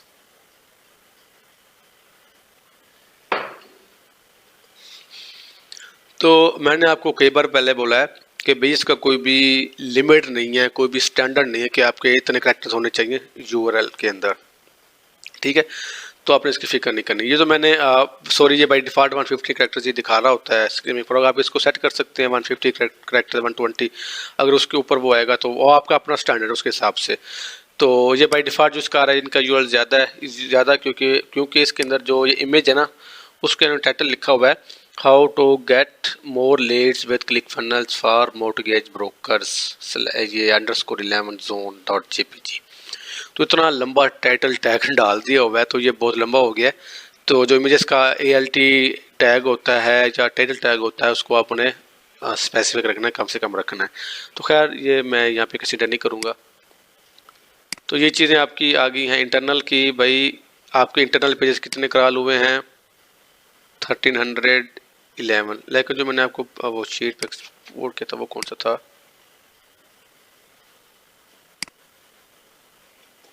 वही है, ठीक है, वो मैंने एक्सपोर्ट कर दिया हुआ है। उसके बाद आपके कितने पेजेस हैं जो HTML हैं, जो इजीली एक्सेसिबल हैं उन पर वेब ब्राउज़र्स। ठीक है, ये आपके हैं 790। इसको एक्सपोर्ट करने की जरूरत नहीं है, ना बताएं, इसमें कोई इशूज़ नहीं होते। मतलब इशू होंगे ये तो एक वो है ना HTML फाइल्स पेजेस। ये आपके जावास्क्रिप्ट देखिए इतनी सारी फाइल्स हैं इस वेबसाइट के अंदर, ये बहुत ज़्यादा है। ठीक है, इनको कंसिडर करना है। तो इसको कंसिडर करने का मैं यहाँ पे बता तो नहीं सकता कि भाई इनको इनमें से ऐसी कौन सी फाइल इनको रिमूव करना है, जिनको आपने रखना है। तो उसके लिए ना आपके पास कॉन्फ़िगरेशन में जाएंगे तो, और कहाँ पे रेंडरिंग, यहाँ पे क्लिक करेंगे ना तो यहाँ पे टेक्स्ट ओनली किया होगा। ठीक है, तो यहाँ पे जावास्क्रिप्ट आ जाता है। जब उसको क्रॉल ओके करके आप क्रॉल करेंगे तो आपके पास जावास्क्रिप्ट की सारी डिटेल्स आ जाएंगी कि किस पेज के ऊपर कितना जावास्क्रिप्ट यूज़ हो रही है, पहले कितनी थी, चेंज कितना आया है, कौन सी किसको अगर डिसेबल करते हैं तो पेज लोड होगा या नहीं होगा, इस तरह की चीज़ें वो सारी एक, उसके लिए हम एक अलग से चलेंगे। वो टेक्निकल इश्यूज़ के बाद हम जावास्क्रिप्ट वाले साइड पर जाएंगे जब हम कोर वेब वाइटल्स के ऊपर बात कर रहे होंगे। तो अभी इसको देर है, अभी इसको यहीं पे रहने देते हैं। उसके बाद ये आपकी CSS की फाइल्स हैं, कितनी यूज़ हो रही हैं? भाई ये भी बहुत सारी यूज़ हो रही हैं, कोई 74। इमेजेस को छोड़ें, ये तो लाजमी चीज़ें हैं, मतलब ये सारी चीज़ें हैं, इसको छोड़ते हैं, आप इसमें ज़्यादा सोचने की ज़रूरत नहीं है। एक्सटर्नल पे आते हैं अब आप। तो ये आपके एक्सटर्नल URLs हैं जो क्रॉल हुए हैं, वो हैं 207। तो इसमें भी कितने HTML हैं? 138। तो आपने एक्सटर्नल जावास्क्रिप्ट को भी लिंक दे रखे हैं। ये है क्या चीज़? Page add to Google syndication. ये भैया आपने वो जो एड्स वगैरह लगे होते हैं तो उस टाइप के ये लिंक्स आई थिंक। ठीक है, उनको भी आपने लगा रखा है, आपने रिकैप्चा लगा रखा है उस वजह से जावास्क्रिप्ट की आ गई है। CSS आप एक्सटर्नल यूज़ करें, ये तो खैर आपकी अपनी होंगी। इमेजेस एक्सटर्नल, जब हम इमेजेस को अपलोड करने की बजाय हम वो लिंक के थ्रू इंपोर्ट कर रहे होते हैं, ये वो वन लिंक्स हैं। ठीक है, इनको ज़्यादा वो मसला नहीं है इनका। बाकी वो PDF फॉर्मेट्स वगैरह कोई ऐसी चीज़ें हैं। चलें जी, अब आ गया है मोस्ट इम्पोर्टेंट इशू वेबसाइट और क्रॉल के अंदर। तो इसको हम देखते हैं, पहले हम इंटरनल देखेंगे। एक सेकंड जी। तो ये जो लिस्ट है ना, ये आपके ऑल इंटरनल पेजेस हैं। रिस्पॉन्स कोड इसमें सब हैं, 200 भी हैं, 404 भी हैं, 301 भी हैं, अगर कोई और 429 आते हैं या 404 आते हैं या फिर 5xx के जो भी इशूज़ आएंगे वो सारे यहाँ पे मिक्स हैं, ठीक है। तो इसको एक्सपोर्ट करने की ज़रूरत नहीं है आपको। तो आपने क्या करना है, जो इसमें निकालना है इश्यूज़, ये इंटरनल ब्लॉक बाय रोबोट्स, ऐसे पेजेस जो आपने ब्लॉक किए हुए हैं अपने रोबोट्स डॉट टेक्स्ट फाइल के अंदर, लेकिन फिर भी वो क्रॉल हो रहे हैं, तो वो यहाँ पे लिस्ट आ जाएगी, ठीक है। इनकी क्रॉल क्यों हो रही होती है, मैंने लास्ट टाइम आपको बताया था। इसकी रीज़न ये होती है कि सम टाइम आप मेटा रोबोट्स का टैग लगाना भूल जाते हैं, सम टाइम आप जो ब्लॉक पेज आपने ब्लॉक किए हुए पेजेस, उन पेजेस को आपने कहने के पेटर ने लिंक कर दिया होता है, क्रॉल वहाँ पे इसको क्रॉल कर लेते हैं, या फिर आपने मतलब रोबोट्स टेक्स्ट डॉट टीएक्सटी उसमें ब्लॉक बाद में किया होगा, पहले क्रॉल हो गए हों, वो आ रहे होते हैं सम टाइम, वो कैशे में पड़े रहते हैं, वो बार बार क्रॉल होते रहते हैं। उसके अलावा ऐसे जो आपके मतलब जो बैक लिंक्स होते हैं वो सम टाइम ऐसे लिंक पे लग जाता है जो आपने ब्लॉक किया होता है, तो वहाँ से क्रॉल इसको डिटेक्ट कर लेता है। तो ये वो सारे पेजेस जो even they are blocked but they are being crawled, वो सारे यहाँ पे लिस्ट हो जाते हैं। यहाँ पे कोई भी नहीं आ रहा तो नो प्रॉब्लम, अगर आ रहा तो आपने इसको लाजमी हर हाल में एक्सपोर्ट करना है, क्योंकि ये कराल बजट आपका खा रहे होते हैं। समटाइम ये आपके लाखों की तादाद में भी आ रहे होते हैं। कुछ आपने ये जो होते हैं ना इंटरनल ब्लॉक्ड रिसोर्सेस, ये वो होते हैं समटाइम जब आपकी पेज के ऊपर जावास्क्रिप्ट लगी होती है, अगर वो रेंडर नहीं हो रही होती। रेंडर का मतलब ये होता है कि कराल मतलब जो जावास्क्रिप्ट के अंदर कंटेंट पड़ा होता है या उसके अंदर जो भी फंक्शन वगैरह के थ्रू आप डाटा वगैरह कॉल कर रहे होते हैं, अगर वो फैच हो रहा है, इजीली रीडेबल है by crawlers, then it's fine. अगर नहीं है, अगर आपने उसकी रेंडर को डिसेबल किया हुआ है, बंद किया हुआ है, तो फिर वो क्या होता है, अगर आपने उसको ऑफ किया होता है तो फिर वो पेजेस जावास्क्रिप्ट वाले जो अंदर जो फंक्शन वगैरह हम यूज़ कर रहे होते हैं या कुछ टेक्स्ट वगैरह आ रहा होता है, वो चीज़ें कराल नहीं हो रही होती, ठीक है। या फिर उसके अंदर आप कोई जैसे कोई बटन लगाया होता है, उसके ऊपर आपने सीटेल लगा के उसके ऊपर क्लिक करवाना होता है किसी पेज के ऊपर, वो पेज डिस्प्ले करवाना होता है, इस टाइप की जो चीज़ें होती हैं, अगर वो आपकी करार रेंडर हो रही हैं तो वो आपके यहाँ पे कराल हो जाएंगे, तो ठीक है। अगर वो नहीं हो रही तो वहाँ पे वो यहाँ पे लिस्ट आ जाएगी, ठीक है, उन पेजेस की रिसोर्स, वो जावास्क्रिप्ट की फाइल्स की, इस तरह की चीज़ों की, तो वो आपने देखनी है। यहाँ पे कोई नहीं है तो हमें यहाँ पे कोई मसला नहीं, अगर आपके पास आ रहा है तो आपने इसको फिक्स करना है। इंटरनल नो रिस्पॉन्स, ये वो होते हैं ये जो रिस्पॉन्स नहीं करेंगे, जिनका स्टेटस कोड 0 था। सम टाइम ऐसा होता है आप क्रॉल कर रहे हैं तो आपका जो स्क्रीमिंग फ्रॉग है वो हैंग हो गया, आप वो मतलब हैंग होने से मुराद है कि वो काम नहीं कर रहा, तो वो जो इनका क्रॉलर्स की वो हमने सेट की होती है टाइम 20 सेकंड बाय डिफ़ॉल्ट, नहीं सॉरी 10 सेकंड बाय डिफ़ॉल्ट आ रहा होता है स्क्रीमिंग फ्रॉग के ऊपर, तो 10 सेकंड्स वेट करते हैं स्पाइडर स्क्रीमिंग फ्रॉग के। अगर फिर भी वो प्रॉपर क्रॉल नहीं होते तो वो उनको स्टेटस कोड 0 में डाल देते हैं कि भाई ये क्या हुआ है, इनके ऊपर कोई रिस्पॉन्स नहीं है। अगर आप इसकी जो टाइम आउट है वो आप इंक्रीज कर देते हैं स्पाइडर का, वो लेट से आप 30 सेकंड कर देते हैं, देन जो स्पाइडर्स होंगे वो 30 सेकंड्स तक वेट करेंगे, उससे एक स्पेसिफिक पेज को वेट करेंगे 30 सेकंड के लिए। अगर ये क्रॉल होता है तो उसका जो भी स्टेटस कोड आएगा 204 वहाँ पे डाल देगा। अगर नहीं फिर भी ये नहीं हो रहा तो फिर ये 0 पे चला जाएगा। इस तरह के पेजेस जो होते हैं जिनके हेडर टैग्स में बहुत सारा डाटा पड़ा होता है, या फिर ये बहुत ही हैवी किस्म के पेजेस होते हैं जो क्रॉल स्पेसिफिक टाइम के अंदर क्रॉल नहीं हो रहे होते, तो वो यहाँ पे चले जाते हैं। तो इनमें आपको हाईलाइट करने की ज़रूरत नहीं है, सिंपल सी, क्योंकि ये आपका अपना सिस्टम का मसला है ड्यूरिंग क्रॉल, या आपके स्क्रीमिंग फ्रॉग में इशू आया है, या फिर आपका इंटरनेट कनेक्शन जो है वो स्लो हो गया बहुत ज़्यादा, या फिर आपका आप जिसमें लेके क्रॉलिंग के दौरान आपका पीसी बंद हो गया है, फिर जब स्टार्ट करेंगे दोबारा वहीं से रिज्यूम करेंगे तो वो नो रिस्पॉन्स में चले जाते हैं, ठीक है। इसको आपको ज़रूरत करने की ज़रूरत बिल्कुल, हाँ ये लाजमी देखना, connection refuse, connection time out, इस तरह का तो कोई मसला नहीं है, ठीक है। तो ये मैं हाईलाइट नहीं कर रहा, ये चीज़, ये आपके वो पेजेस हैं जो ब्राउज़र है इजीली ओपन कर रहा है, इसको कोई भी आप ओपन करेंगे ना लिंक, वो आराम से ओपन हो जाएगा, ठीक है। तो इसको अपने एक्सपोर्ट कर लेना है, ये से करना है, ठीक है।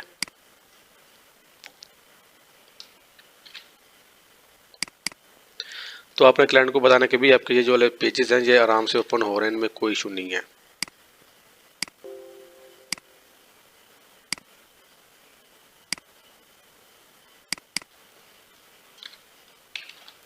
टू एक्स एक्स या टू डबल ओ, जो भी आप लिखना चाहें लिख दें।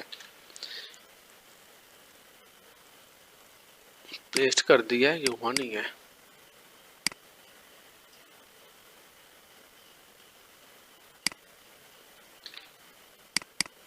मेरे ख्याल में इसको ओपन करके बैठना पड़ेगा पेस्ट करने के लिए। हाँ अब ये होगा पेस्ट। तो ये बहुत ये स्क्रॉल डबल स्क्रॉल पे ये चीज़ें मतलब ये हाइड हो जाता है आपका मेन जो कॉलम है, मेन रो। आपने इसको फ्रीज कर देना है ताकि इसको इजीली रीड कर सके क्लाइंट्स, ठीक है। उनकी भी हमने आसानी करनी होती है। हमें तो पता है कि ये अगर जहाँ पे ये आ रहा है ये टाइप है, जहाँ पे ये लिखा हुआ है ये स्टेटस कोड है, जहाँ ये लिखा हुआ है इन लिंक्स हैं, ठीक है। हमें तो पता लगा, क्लाइंट को तो नहीं पता ना बेचारों को। तो उनके लिए आपने फर्स्ट वाले रो को आपने फ्रीज कर देना है। ये इशू नहीं है, ये ओके पेजेस है। उसके बाद रीडायरेक्ट्स। अब देखिए ये जो पेजेस है ना ये रीडायरेक्ट हो रहे हैं, क्रॉलर इनके लिंक्स कहीं ना कहीं पे लगे हुए हैं। क्रॉलर आता है किसी एक ओके 200 वाले पेज के ऊपर, तो वहाँ पे एक एंकर है, वहाँ पे लिंक लगा हुआ है भाई ये वाला। तो गूगल क्या बोलता है यार ये तो रिडायरेक्ट हो रहा है, इसको फेच वो डाल देता है रिडायरेक्ट्स की लिस्ट में। तो ये पेजेस आपके सर्च कंसोल के इश्यूज में भी ये चीज़ें आ रही होती हैं। तो अब क्लाइंट को आपने ये लिस्ट नहीं देनी, क्लाइंट को आपने बता दिया कि भाई ये जो लिंक है ये रीडायरेक्ट, ये तो उसने आपने बता दिया क्लाइंट को, लेकिन ये आपने उसको ये साथ लाजमी बताना है कि ये कहाँ पे आ रहे हैं, इन क्या एंकर यूज़ हो रहा है, ठीक है, ऐसा की चीज़ें। तो उसके लिए आपने सिंपल सिलेक्ट ऑल कर लेना है, ठीक है, कर लिया मैंने। ये कोई एक कर ले पहले एग्जांपल के तौर पे, जहाँ पे आप इन लिंक्स जो नीचे यहाँ पे क्लिक करेंगे ना तो आपको पता लग जाएगा अभी ये जो लिंक है सॉरी ये जो रीडायरेक्ट का लिंक है ये कहाँ पे लगा हुआ है, इस पेज के ऊपर लगा हुआ है, ये एंकर टेक्स्ट यूज़ हो रहा है, इसके ऊपर लगा हुआ है, ये एंकर टेक्स्ट यूज़ हो रहा है, ये यहाँ पे ये लिंक लगा हुआ है, सॉरी इस पेज पे लिंक लगा हुआ है, ये वाला जो रीडायरेक्ट हो रहा है ये ऊपर वाला, और ये क्लिक वो एंकर है। तो इसकी एग्जांपल ले लेते हैं, मैं ओपन करके इसको मैं पहले वाले को ओपन करता हूँ, ओपन इन ब्राउज़र, ये मैंने ओपन कर लिया। अब ये जो लिंक है ना ये लगा हुआ रीडायरेक्ट का लिंक, इस मतलब ये पेज एग्जिस्ट नहीं करता, ये रीडायरेक्टेड है। सिंपल अपने एंकर टेक्स्ट सर्च कॉपी कर लेना, इसको अपने सर्च करना है ये वाला, यहाँ पे जो लिंक लगा हुआ है वो क्या है, रीडायरेक्टेड है, ठीक है। सॉरी दो आ रहे हैं, चलो दूसरा भी देख लेते हैं वो कौन सा है। हाँ वो हाँ ये वाला आ रहा है, sorry click funnels for consultants, click funnels for consultant, ये वाला लिंक का रीडायरेक्ट हो रहा है। देख लीजिए रीडायरेक्ट हो कहाँ पे रहा है, इसको मैंने ओपन किया न्यू टैब पे, click funnels for consultant with trailing slash, देखिए ये यहाँ पे रीडायरेक्ट हो रहा है, तो ये पेज चेंज हो गया है, ठीक है। तो आपने क्लाइंट को बताना है कि भाई आपके ये जो पेजेस हैं ये इन पेजेस के ऊपर ये रीडायरेक्ट लिंक लगा हुआ है, ये एंकर यूज़ हो रहा है, ठीक है।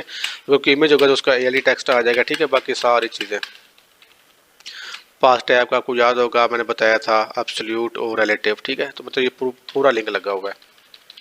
अच्छा तो आपने ये एक हो गया ना, ये आपने सबका करना है, तो इसको आपने कंट्रोल आल कर लेना है, सिंपल इन लिंक्स पे क्लिक करेंगे तो आपके पास पूरी लिस्ट आ जाएगी। आपने इस लिस्ट को एक्सपोर्ट करना है जो अपने क्लाइंट को देनी है, 3xx इन लिंक्स।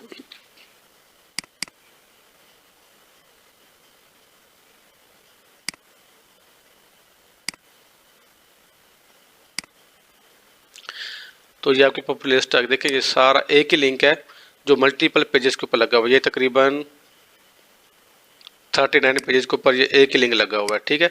तो 39 पेजेस को आपने चेक करना है कहाँ पे लगा है, उसको आपने फिर आपने फिक्स करना है, इसको रिमूव नहीं करना।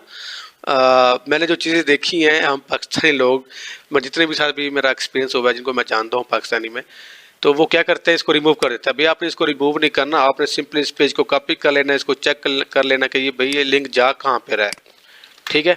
तो जिस पेज पे के ऊपर जा रहा, इस पेज के ऊपर आना है तो आपने इसको कॉपी करके, ठीक है, सिंपली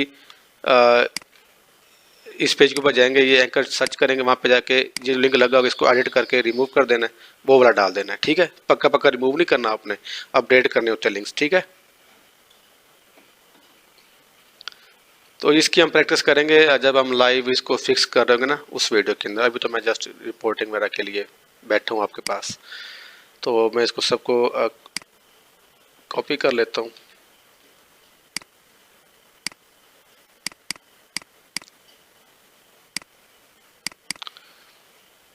इंटरनल 3xx,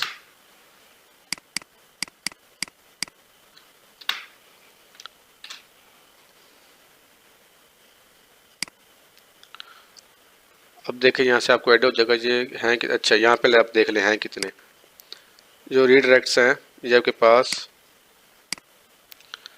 47 पेजेस हैं जो रीडायरेक्ट्स लगे हुए हैं आपके ना वेबसाइट के ऊपर, इस वेबसाइट पे आपकी नहीं, इस वेबसाइट के ऊपर तो लगे कहाँ कहाँ पे हुए ये आपने चेक करने के लिए कितने पेजेस के ऊपर हैं। टोटल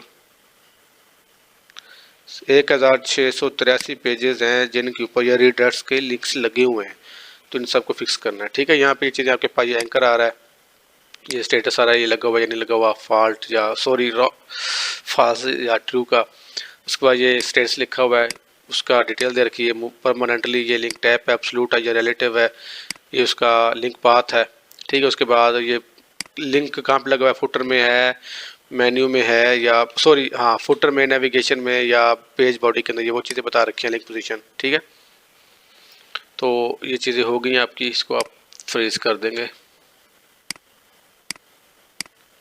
अच्छा, तो ये बड़े मज़े की चीज़ है जो आपने क्लाइंट को बताने के, वो क्लाइंट भी समझेगा वाकई यार बंदा ने चीज़ें लोकेशंस फाइंड करके दिए हैं कि ये इशू है कहाँ पे इनफैक्ट। ठीक है, तो ये चीज़ें आपने लाजमी देनी है, सिंपली ये लिस्ट नहीं देनी है आपने, वो लोग आपने इसको एक्सपोर्ट करके दे दें। इन लिंक्स पे इन सबको सेलेक्ट आल कर लेना है, इन लिंक्स पे जाना है, फिर जो यहाँ पे होगा ना उसको आपने करना है। सेम फॉर 4xx नहीं सॉरी, इसके बाद अभी रीडायरेक्शन जावास्क्रिप्ट की नहीं है, मेटा रिफ्रेश की भी नहीं है, इंटरनल रीडायरेक्ट चेन। अच्छा, एक इंटरनल रीडायरेक्ट चेन है, एक इंटरनल रीडायरेक्ट लूप है। इसमें आपको थोड़ा सा बता दूं चेन क्या होता है। जब देखें आपने इस पेज के ऊपर ये लिंक लगा हुआ है, ये हो रहा है रीडायरेक्ट, एक ये मतलब इसके ऊपर क्लिक करेंगे ये रीडायरेक्ट होकर किसी और पेज पे चला जाएगा। लेकिन अगर ये पेज उस रीडायरेक्ट होने के बाद एक और पेज पे गया है, वो पेज आगे से और रीडायरेक्ट किया हुआ है, ठीक है, वो कहीं और रीडायरेक्ट हो रहा है, मतलब जो पेज दो या दो से ज़्यादा बार रीडायरेक्ट हो जाए वो होता है आपका रीडायरेक्ट चेन। ठीक है, उसके अलावा जो लूप होते हैं वो ये होता है कि आपका भी ये जो लिंक है घूम फिर के सेम उसी पेज पे आ रहा है या फिर ये घूमता ही रहता है। इसकी बेस्ट एग्जांपल मैं आप दूं, जब आप वेबसाइट्स वगैरह पे जैसे कुछ ऐसे साइट्स होते हैं जिसको लोड करने से पहले वो कहता है अभी पहले इसको नोटिफिकेशन को अलाउ करो फिर ये लोड होगी। आप अलाउ करते हैं तो वो क्या होता है, वो लोड होके नेक्स्ट टाइम पे चला जाता है, कुछ और आ जाता है वहाँ पे, तो वो घूमता ही रहता है, 3 4 5 7 रीडायरेक्ट होने के बाद किसी एक स्पेसिफिक पेज के ऊपर आ जाता है जो आपके किसी काम का नहीं, या तो कोई बैटिंग सेट का होता है या फिर कोई क्रोम एक्सटेंशंस का होता है जो आपको कहता है इंस्टॉल करो, ये करो वो करो, तो वो सारे क्या होती हैं रीडायरेक्ट लूप्स होती हैं। अच्छा जनाब, इसमें तो कोई इशू नहीं है, इस तरह का लूप भी नहीं है। 4xx ये आपकी ब्रोकन पेजेस हैं, ये टोटल बहुत सारे हैं यार, वैसे तो ये 280 पेजेस हैं जो आपके ब्रोकन है।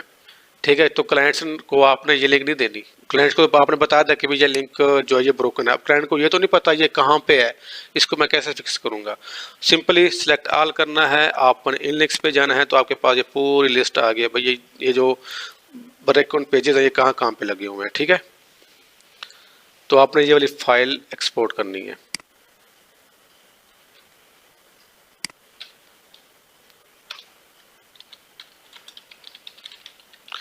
ये मैं रीनेम दे रहा हूँ ना, ये अपनी मर्जी से अपने आसानी के लिए दे रहा हूँ ताकि मुझे इसको कॉपी करके अपलोड करने में आसानी हो। वो 1300 कुछ थे, अब ये देखते हैं कितने, तो मेरे ख्याल में उससे ज़्यादा होंगे।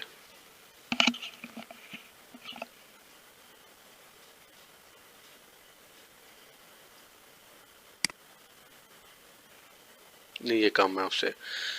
846 पेजेस के ऊपर आपके ब्रोकन लिंक्स लगे हुए हैं। ठीक है, उन्होंने पोजीशन बता दी कहाँ कहाँ पे, जैसे ये जो लिंक है इस लिंक से, मैं थोड़ा इसको एक्सपेंड कर दूं आसानी के लिए। अच्छा, ये जो पेज है इसके ऊपर लिंक लगा हुआ है, ये लगा कहाँ पे हुआ है, यहाँ पे। ठीक है, आई थिंक यही है लिंक पोजीशन। एक तो इसमें मसला ये होता है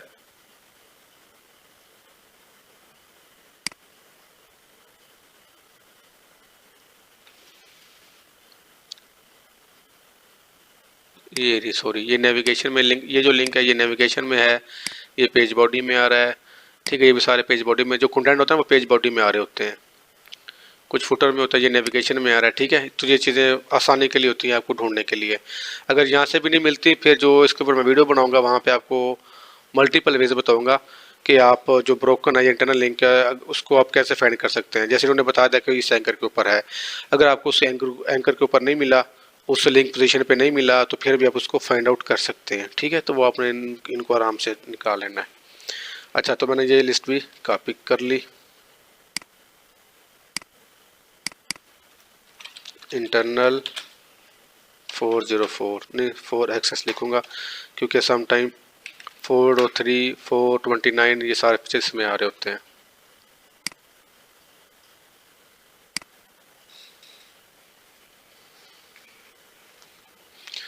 ठीक है, तो ये लोड हो गए हैं, मैं वो फ्रीज कर दूंगा ताकि ये आसानी हो जाए।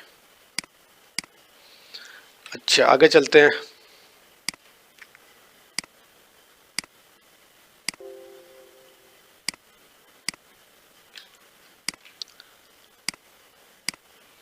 इसमें कोई इशू नहीं है इंटरनल सर्वर का, आपके सम टाइम आपके पास आ सकता है। ये जीएससी में भी हाईलाइट किया होता है।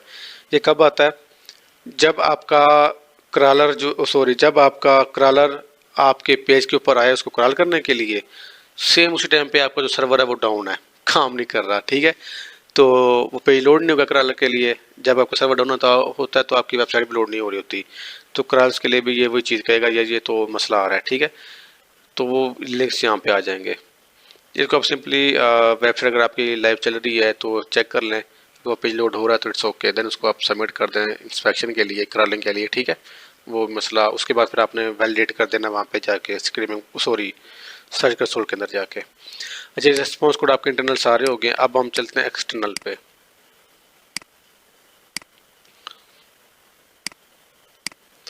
ये वो लिंक्स हैं जिनको आपने अपनी रोबोट्स के अंदर ब्लॉक किया हुआ है। ठीक है, जैसे इसमें ये स्ट्रिंग्स वगैरह हैं। ठीक है, asterisk question mark A B equal to, जिसमें ये आ रहा होगा वो भी ब्लॉक होगा पेज, जिसमें ये होगा वो भी ब्लॉक हो रहा होगा, जिसके अंदर ये स्ट्रिंग आ रही होगी वो भी ब्लॉक होगा। ठीक है, तो ये पेजेस हैं जो ब्लॉक किए हुए हैं हमने अपनी वेबसाइट के ऊपर एक्सटर्नल लिंक्स। ठीक है, लेकिन ये फिर भी क्रॉल हो रहे हैं, तो हो सकता है आपने इनको फॉलो का टैग लगा रखा हो। ठीक है, या फिर आपने अपने किसी पेज के ऊपर लिंक लगा दिया हो इनका, किसी एंकर वगैरह के ऊपर, ये हो सकता है। या फिर आपका वो जो इशू है मेटा रोबोट्स वाला उसका हो सकता है। ठीक है, तो ये पेजेस आपने देखने हैं। तो इसमें आपने देख लें जो आपने मतलब ये पेज क्रॉल तो हो रहे हैं, बजट तो आपका खा रहा है, बेशक वो एक्सटर्नल है। ठीक है, लेकिन फिर भी ये क्रॉल हो रहे हैं तो आपका क्रॉल बजट खा रहे हैं, तो इसको भी आपने एक्सपोर्ट करना है।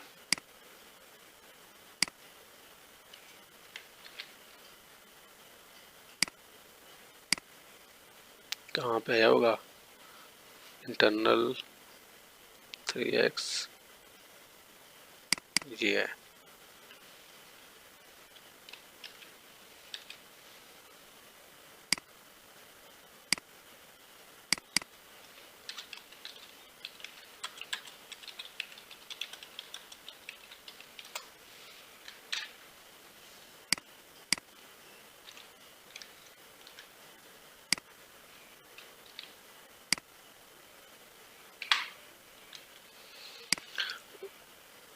आगे चलते हैं। आगे वही एक्सटर्नल ब्लॉक रिसोर्स है, ये वही जावास्क्रिप्ट वाले इश्यूज। एक्सटर्नल नो रिस्पॉन्स, ये भी क्या हुआ है, डीएनएस लुकअप फेल्ड, तो आपका ये कनेक्शन फेल हो गया था, इस वजह से ये लोड नहीं हुआ।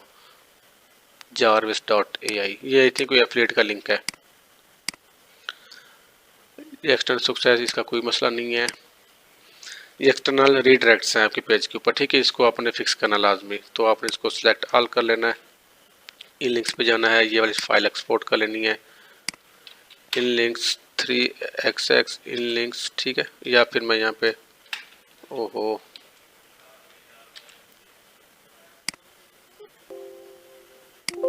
क्या हो गया इसको,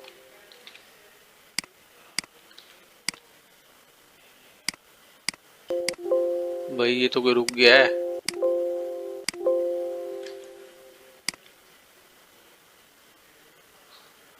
कुछ भी नहीं कर रहा ये।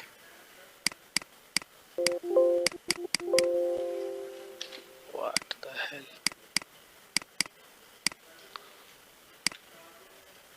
पीसी तो हैंग नहीं हो गया, कुछ भी नहीं हुआ, हर से चल रही है लेकिन ये नहीं चल रहा।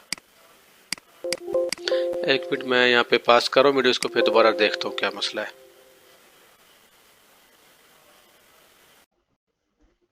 जी जनाब, हमें वहीं यहीं पे वीडियो रोकनी पड़ेगी क्योंकि I don't know what happened to my Screaming Frog, it's not working right now.